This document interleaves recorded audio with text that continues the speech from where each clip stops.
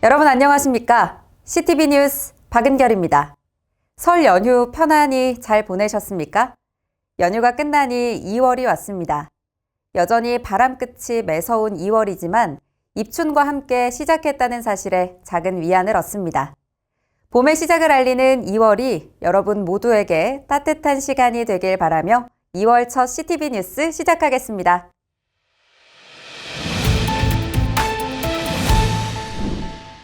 총회 기념사업특별위원회가 전체 회의를 열어 기념사업과 관련한 사업 일정을 확정했습니다. 위원회는 복음전래 140주년을 포함해 교단은 물론 한국교회의 의미가 큰 기념 행사를 다채롭게 진행할 계획입니다. 기념사업특별위원회는 올해 기념사업 중 가장 큰 비중을 차지하는 한국선교 140주년 기념 행사를 복음전래 140주년이라는 이름으로 4월 24일 총신대 신학대학원에서 거행합니다. 기념 행사는 다음 세대와 신앙유산의 계승을 의미하는 시간으로 갖습니다. 이에 신학생들에게 장학금을 전달하고 한국 기독교 역사사적지 금산교회에서 자란 나무를 신대원에 옮겨 심는 시간도 마련합니다.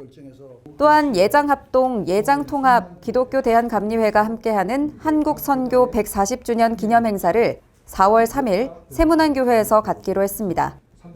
백령도 성경전래 160주년 기념사업은 토마스 선교사 기념관 건축과 학술대회로 진행합니다. 기념관 건축은 일정상 109회기 내 완성이 어려운 상황이지만 인천노회 관계자들과의 협의를 이어가기로 했습니다. 학술대회는 4월 21일 토마스 선교사의 생애와 선교적 유산을 주제로 총신대학교에서 갖습니다. 광복 80주년 및 한국전쟁 75주년 행사는 광복절 대구에서 개최하며 전국주일학교연합회 70주년과 기독신문 창간 60주년은 해당 기관과 협력해 진행하기로 했습니다. 총회 선거관리위원회도 본격적인 사업 진행을 예고했습니다. 선관위는 선거 규정 공고와 공명선거 등 구체적인 일정을 밝혔습니다. 정원희 기자가 보도합니다. 총회 선거관리위원회가 제3차 전체 회의를 열었습니다. 지난해 12월 워크숍을 통해 총회에 필요한 사람을 세우는 데 기여하자는 뜻을 다짐한 선관위는 이날 총회 선거 규정과 제110회 총회 선거 등록 공고의 건 등을 논의했습니다. 위원들은 지난 총회에서 개정된 선거 규정과 후보 등록 관련 사항을 심도 있게 검토한 후 최종안을 확정해 늦어도 2월 안엔 기독신문에 공고키로 했습니다. 선관위 활동에서 큰 비중을 차지하는 공명선거 감시단 활동은 더욱 강화해 진행키로 했습니다. 이에 교단 산하 기관과 협의회, 단체 등의 일정을 검토하고 선관위원들의 구성과 안배 방안 등을 논의했습니다. 여비를 주고 안 주고 관계없이 가야 될 곳은 우리가 조를 짜서 가자. 이렇게 이제 우리 지난번에 모여서 의논한 게 그런 내용입니다. 한편 총회 임원회가 선관위에 이첩한 상비부장 대행자의 차기 총회 선출직 출마 자격에 관한 질의의 건은 논의 끝에 다시 임원회로 보내 처리토록 했습니다. CTV 뉴스 정원입니다. 지난 주일이었죠. 2월 2일은 총회가 지정한 2단 경계 주일이었습니다. 여러분이 출석하는 교회에서도 2단 경계의 시간을 가지셨나요? 2단 전문가들은 정기적으로 2단에 대한 경각심을 갖는 것이 2단 예방에 매우 중요하다고 강조합니다. 교회에서 어떻게 진행하는 게 좋을까요? 김희돈 기자가 소개합니다. 예장합동총회는 1년에 2번의 주일을 2단 경계 주일로 지킵니다. 2월과 9월 첫 주일이 2단 경계 주일이지만 이날을 기억하고 지키는 교회는 소수에 불과한 것으로 보입니다. 최근 한국 교회에 큰 피해를 주고 있는 이단들의 공통점은 온라인 영상을 통한 공격적인 미혹입니다. 휴대폰을 통해 성도들의 사생활 깊숙이 파고들고 있어 교회적 차원의 예방이 매우 시급합니다. 유튜브를 통해서 성도들의 안방까지 이단들이 경계 없이 진입 장벽이 없어진 그런 상황입니다. 이럴 때 이단 경계 주일이라는 정기적인 주일을 통해서 이단이 뭔지 그리고 우리가 어떻게 하면 경계해야 될지를 선지식을 얻고 있으면 이걸 분별해낼 수 있는 힘을 키울 수가 있어요. 이단 전문가들은 교회가 이단 경계의 시간을 갖는다면 이단으로부터 성도와 교회를 지킬 수 있다고 강조합니다. 이단 경계주의를 지키는 것만으로도 예방 효과가 크기 때문입니다. 주의를 실제로 교회에서 이단 경계주의다 해서 이렇게 하는 교회는 10%도 안 되는 것 같아요. 이단 경계주의는 아주 중요합니다. 왜냐하면 이단 문제는 가장 중요한 게 예방이거든요. 이단에 대해서 사전 지식을 갖고 있을 때 예방이 돼요. 예를 들면 신천지 같은 데도 자기가 신천지라는 말을 안 하고 미혹을 하거든요. 그런데 이단 경계주의를 통해서 최근에 활동하는 이단들에 대해서 소개해주고 그다음에 그 경계심을 갖게 해주는 거거든요. 이단 경계와 관련해 전문가들이 교회에 제안하는 방법은 그리 어렵지 않습니다. 이단 탈퇴자나 전문 강사의 강의를 듣거나 이단 분석 서적을 읽고 나누는 방안이 대표적입니다. 어떤 지역의 교회 연합회에서 가장 중요한 활동이 이런 연합 집회를 하는 거예요. 주일날 오후 같은 때 함께 모여서 이단 세미나를 듣는다. 때마침 총회는 이단에 대한 경각심을 불러일으키는 시간들을 진행하고 있습니다. 총회 이단 피해 대책 조사연구위원회는 2월 13일 전주 세양교회를 시작으로 3월 18일 대구 성명교회, 4월 24일 사랑의 교회, 5월 20일 제주 동홍교회에서 각각 이단 세미나를 개최합니다.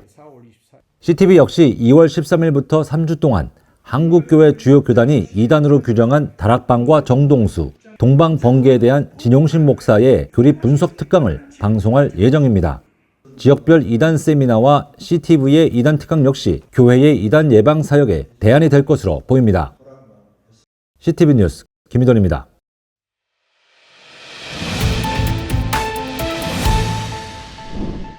인공지능 AI는 더 이상 낯선 기술이 아니죠. 생활 밀착형으로 발전을 거듭하고 있는데요.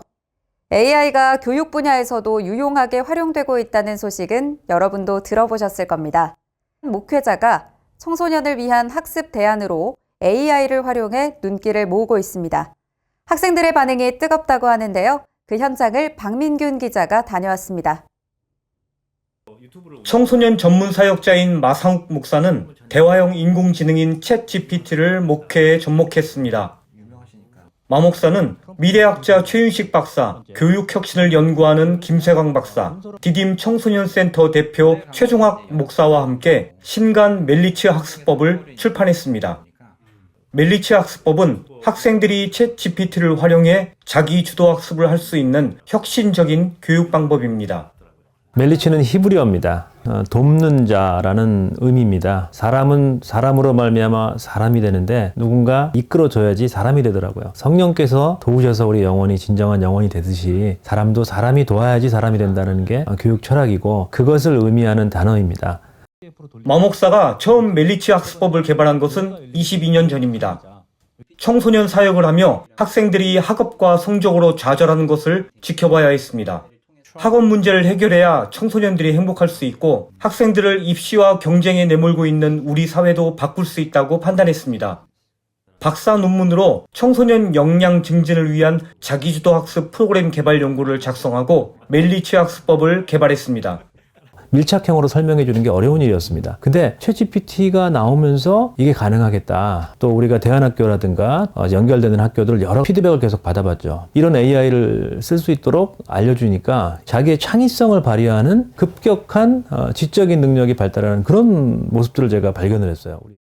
최근 멜리츠 학습법에 대한 기본 원리와 활용 예시를 소개합니다. 저자들은 멜리츠 학습을 위한 챗봇 프로그램도 무료로 사용할 수 있도록 했습니다. 최종학 목사는 아들에게 멜리츠 학습으로 영어를 가르치고 있습니다. 이제 AI랑 하니까 모르는 거를 언제든지 물어볼 수 있는 게 굉장히 편한 것 같아요. 굉장히 많은 앱들을 저희가 만들어 놨는데 여기에 보면은 뭐 수학 연산법도 있고 스토리텔링 수학도 있고 영어 연습도 있고 뭐 감정 수업에 대한 것도 있고 그래서 여기에 맞는 것들을 진행을 하면 되겠고요. 스파크 AI 교육연구소에서 동역하는 최종철 목사는 교회에서 멜리츠 학습법으로 청소년들을 가르치고 있습니다. 최 목사는 학생들이 스스로 공부하는 방법을 익히면서 학교 공부뿐만 아니라 신앙 교육에도 큰 도움을 받았다고 말했습니다. 모르는 거에서 질문하고 내가 모르는 것을 왜 모르게 됐을까를 설명해 달라고 하면 그거 설명해 줘요. 학교에서 국어, 영어, 수학 배우는 것도 중요하지만 모든 배움 자체가 학습이 다 필요하거든요. 그러니까 교회 와서도 설교 듣는 거, 또 성경 공부하는 거, 그 다음에 사회를 알아가는 거 모든 거의 기본이 학습이기 때문에 그 아이들에게 그 모든 것의 기본을 가르쳐 주기 때문에 그게 참 좋은 것 같습니다. 인공지능 역시 하나님의 일반 은총입니다. 밀리치 학습법은 인공지능을 활용해 지혜롭고 신앙적인 다음 세대를 키우는 교육의 대안으로 기대를 모으고 있습니다. CTV 뉴스 박민균입니다. 다음 주 교단의 주요 일정입니다.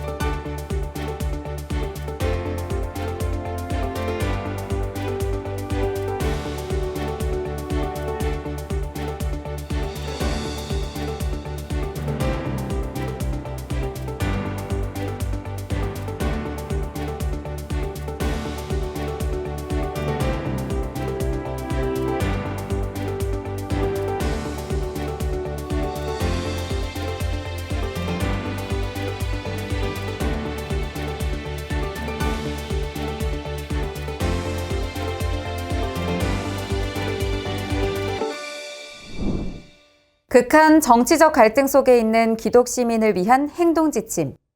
기독교 윤리 실천 운동이 최근 어수선한 정치 상황을 염두에 만든 지침입니다. 정치적 갈등 속에서 기독 시민이 가져야 할 자세를 제시하고 있는데요. 정치적 입장이 다르다고 상대방을 혐오하거나 악마화해서는 안 됩니다. 나의 확신과 신념이 다른 사람에게 상처를 주지 않는지 확인합시다 등 매우 실제적인 내용을 담고 있습니다. 이번 주말을 보내면서 우리 기독 시민의 바람직한 자세가 무엇인지 곰곰이 생각해 보면 좋겠습니다. 우리 사회의 만연한 갈등이 의식 있는 그리스도인들을 통해 조금이라도 해소될 수 있기를 바랍니다. 이상으로 CTV 뉴스를 마칩니다. 다음 주에는 더욱 밝은 소식으로 돌아오겠습니다. 감사합니다.